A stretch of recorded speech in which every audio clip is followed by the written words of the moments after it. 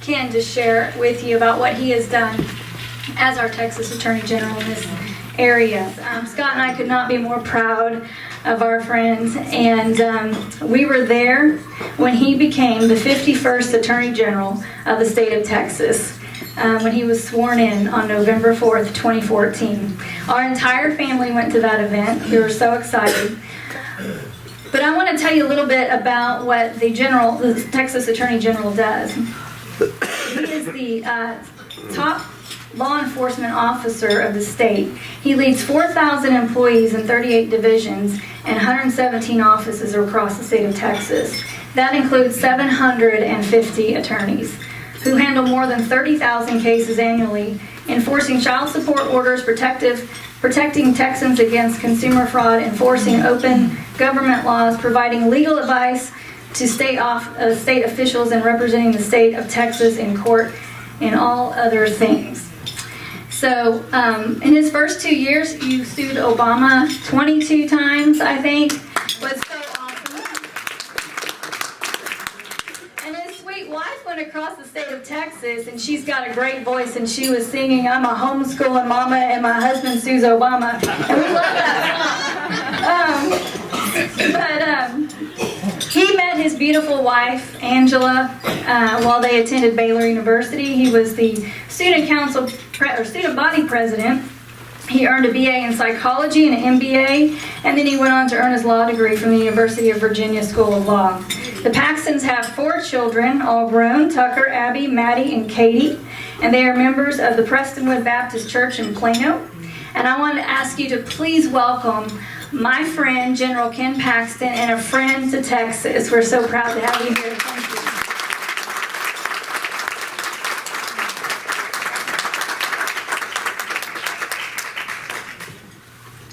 Well, so great to be here. I feel like I should just let Lorianne keep talking about it.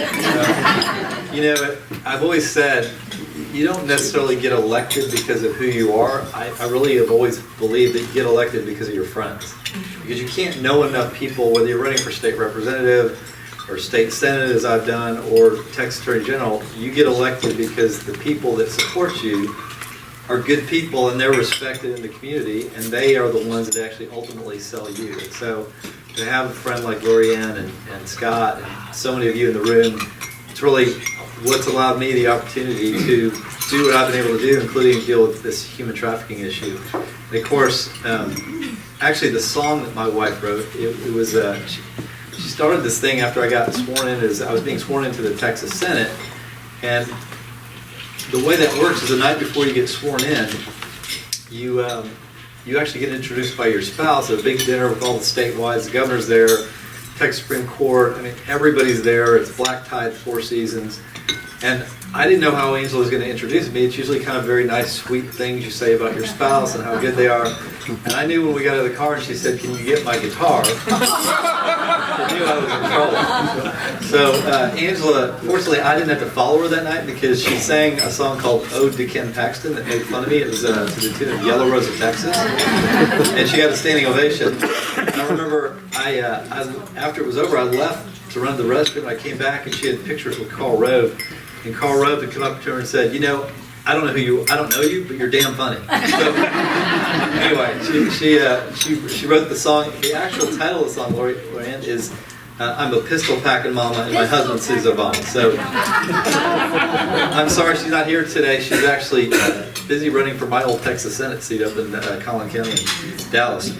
And Kelly, it was great to hear your story. I'm so inspired by people that have had an impact, a difficult situation, and yet they rise above it to go out and not just deal with their own situations, but what you and Alan have done is you're impacting other lives, and I'm grateful for the opportunity to be here to support what you all are doing, because it's going to make a difference, and it's going to continue to make a difference. So I appreciate hearing your story, obviously from the heart, and look forward to working with you and what you're doing here. And obviously Texas is, despite our situation with human trafficking, we are in a great position to make headway in the fight against trafficking. Recent changes to the law provides different penalties and longer terms for human traffickers, up to and including now life in prison. And this is something that obviously is relatively new, these types of penalties for human trafficking. And make no mistake, human trafficking is a difficult crime for us to fight, in no small part because so few people even understand what it is. Some think it involves the smuggling of people across the border. That can be an aspect of it, but human trafficking is defined as obtaining a person by any means and exploiting them for profit, regardless of the consequences to the victim.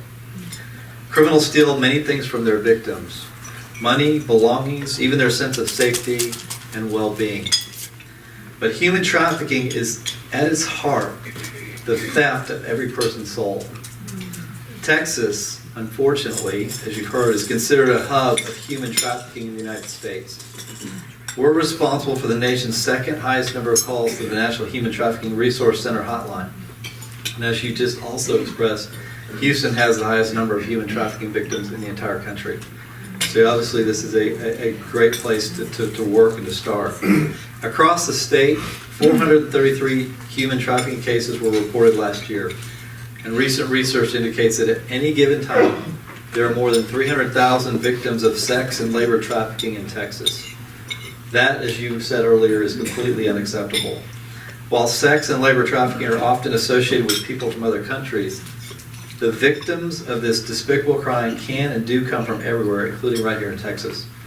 They can be born into any circumstances and tragically be of any age. It includes young men and women coming to our country and being forced to work off of imaginary and endlessly revolving debts exposed by their captors. Sadly, it even includes our own children, as we've heard today, boys and girls forced into lives of prostitution by even family, friends, or people on the street, anyone seeking to take advantage of their vulnerability. We're working to make such crimes a thing of the past in Texas. While Childproof America and the Texas Attorney General's Office are very different organizations, I consider our roles in the fight against human trafficking to be two sides of the same coin. Let me explain. As Attorney General, I've made the pursuit of human trafficking a top priority.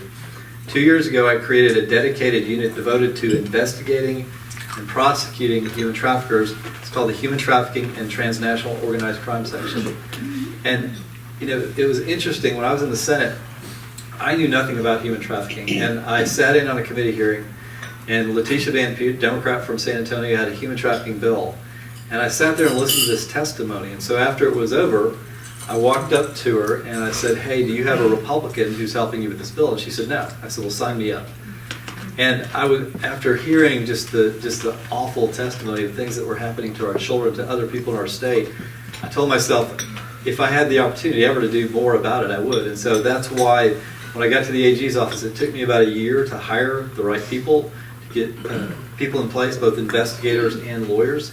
But that is what motivated me, was just hearing a little bit about it. And that's why I think it's so important what you all are doing today, educating people like me, who then become interested in the issue and have an opportunity to do something about it. And since our inception, we have successfully arrested and convicted 31 traffickers. And in one of these cases, a unit assisted in Nueces County DA's office in obtaining a 40-year sentence for the sex trafficker of a 15-year-old. We work closely with other prosecutors across the state, and in some cases other parts of the country, to bring justice for these victims. I'll give you one notable example. A joint investigation conducted by my office, we talked a little bit about already, my counterpart in California, resulted in the arrest of the CEO of Backpage.com. Literally 8 months after I started the human trafficking, it took us 8 months to work with the state of California, who ultimately we arrested this guy in Houston, Texas, coming in from Amsterdam. The headquarters, sadly, is in Dallas. And we had, as soon as we arrested him, we raided, my guys raided their offices in Dallas. We were able to grab computers and files, and we used that to send to California, extradited to California, and then ultimately we hope to get him back here after California is done prosecuting him. Thugs no better than modern-day slave traders have been brought to justice thanks to the energetic work of our human trafficking unit and others across the state. Innovation is one of our weapons in the fight against human trafficking. The public-private partnership between our office, the nationwide group Truckers Against Trafficking, and the Texas Trucking Association is an example of successive creative collaboration, illustrating why it's important to grow where you are planted. With nearly 7 million members, the trucking industry's reach spans all of Texas and the rest of the nation.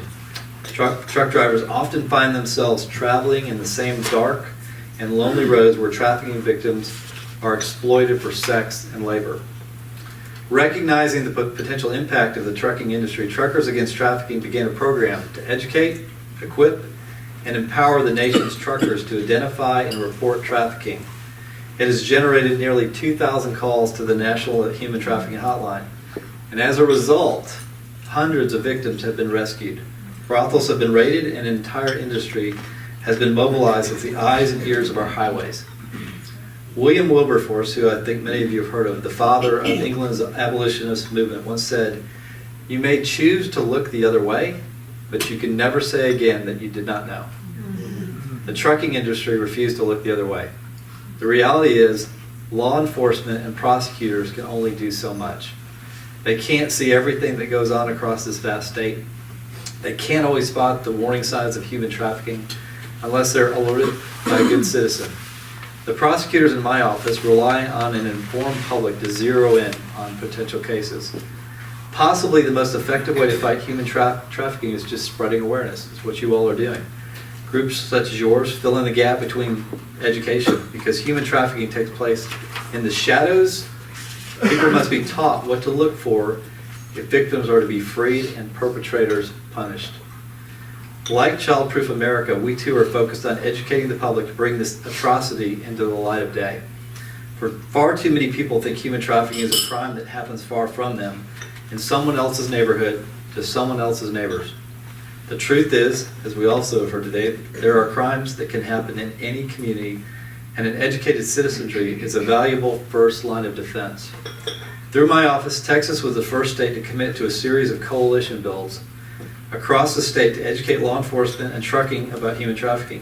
These bills have served to galvanize lasting partnerships of a single mind with the goal of wiping out human trafficking.